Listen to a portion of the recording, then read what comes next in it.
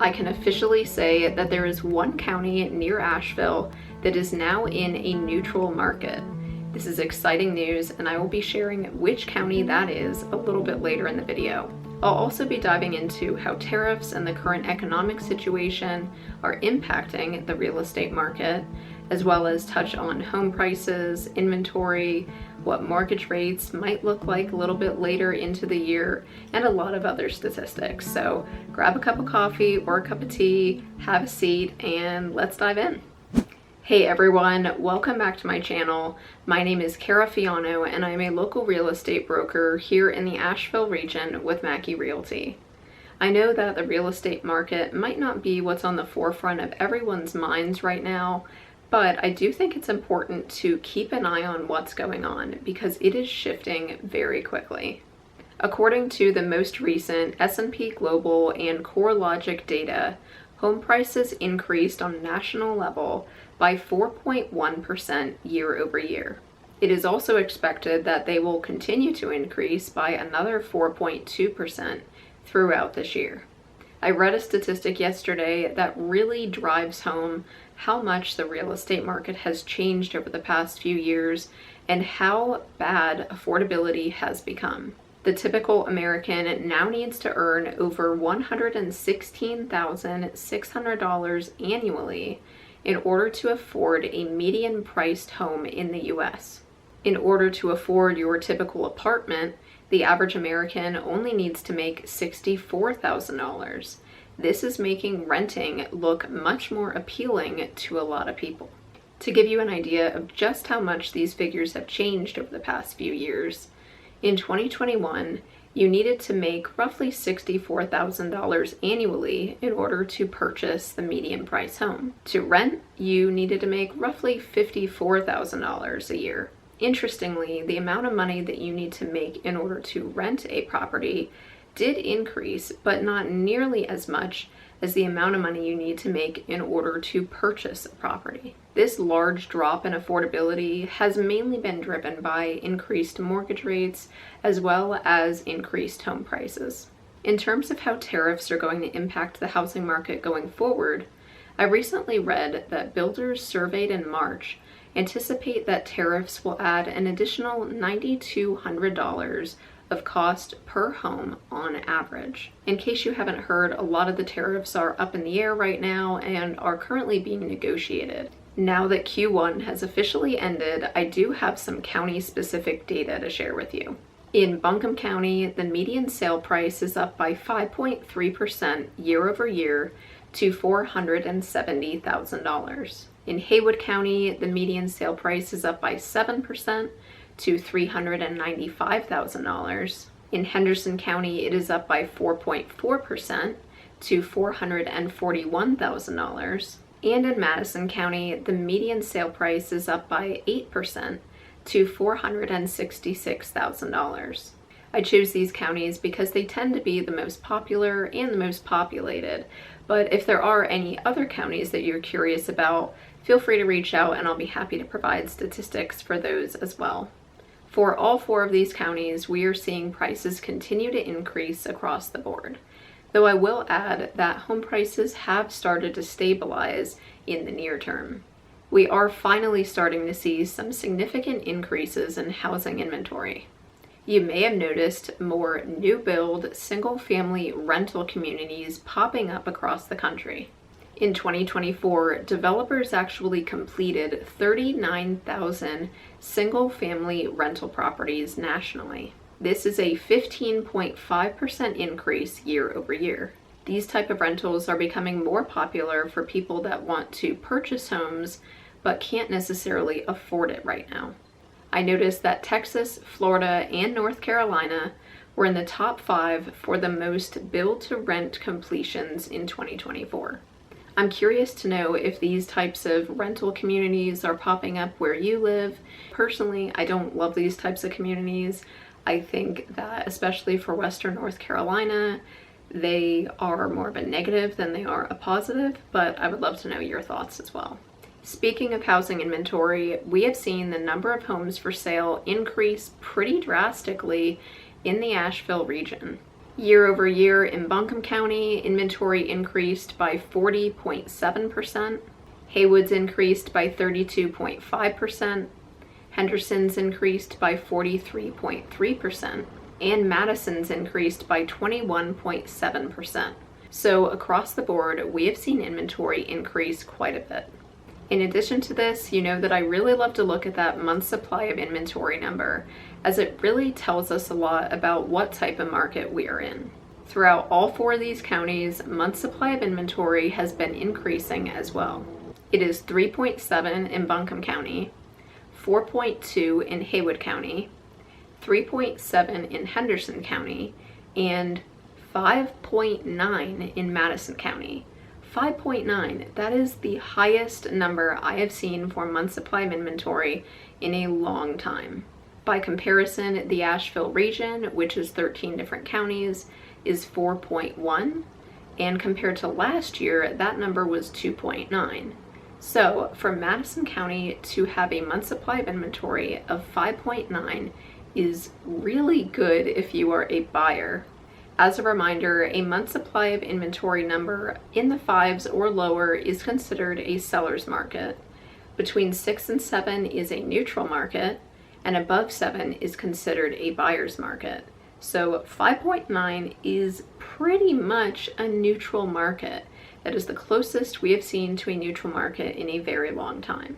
Granted, it is just for one county, but it could be the trendsetter for other counties to follow.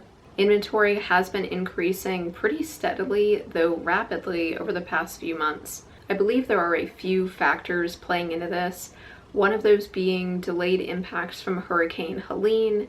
We just don't have as many people looking to move here as we had before, and on top of that, we also have slightly higher interest rates, economic uncertainty, and the market is just a lot slower than it was a few months ago and really all of last year.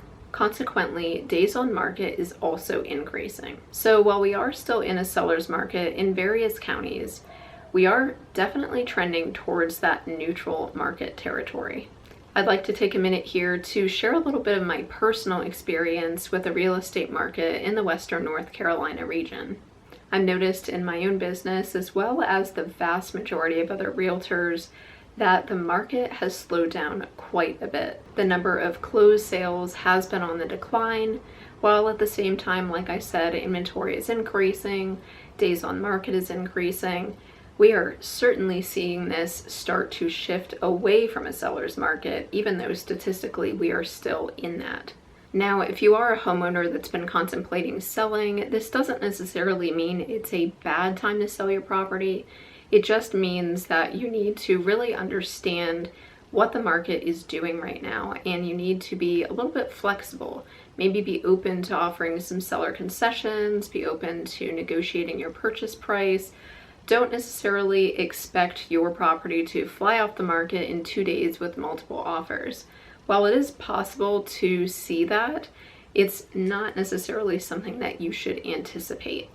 And if you are a potential buyer, I know that right now with a lot of economic uncertainty, people are just feeling really uncomfortable and not really wanting to jump into the market. But what I can tell you is that because sellers are more negotiable right now, if you are financially stable and you are able to purchase a property, it might not be a bad time to do that.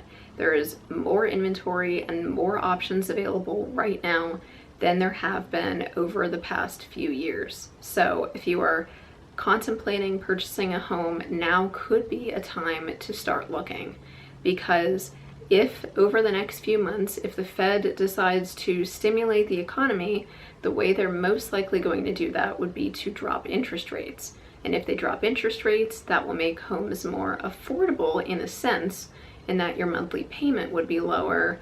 However, the caveat to that is that home prices will likely increase because more people will apply for loans, there will be multiple offer situations, and that will drive prices up. So right now, as prices are stabilizing and sometimes declining, it could be a good opportunity to get in now while everyone else is sitting on the sidelines.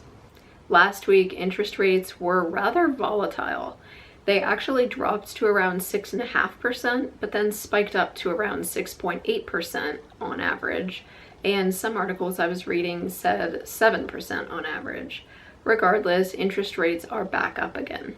It might seem a little bit counterintuitive, but rates are expected to drop between 6.3 and 6.5% by the end of this year, and between 6.2 and 6.4% by the end of 2026.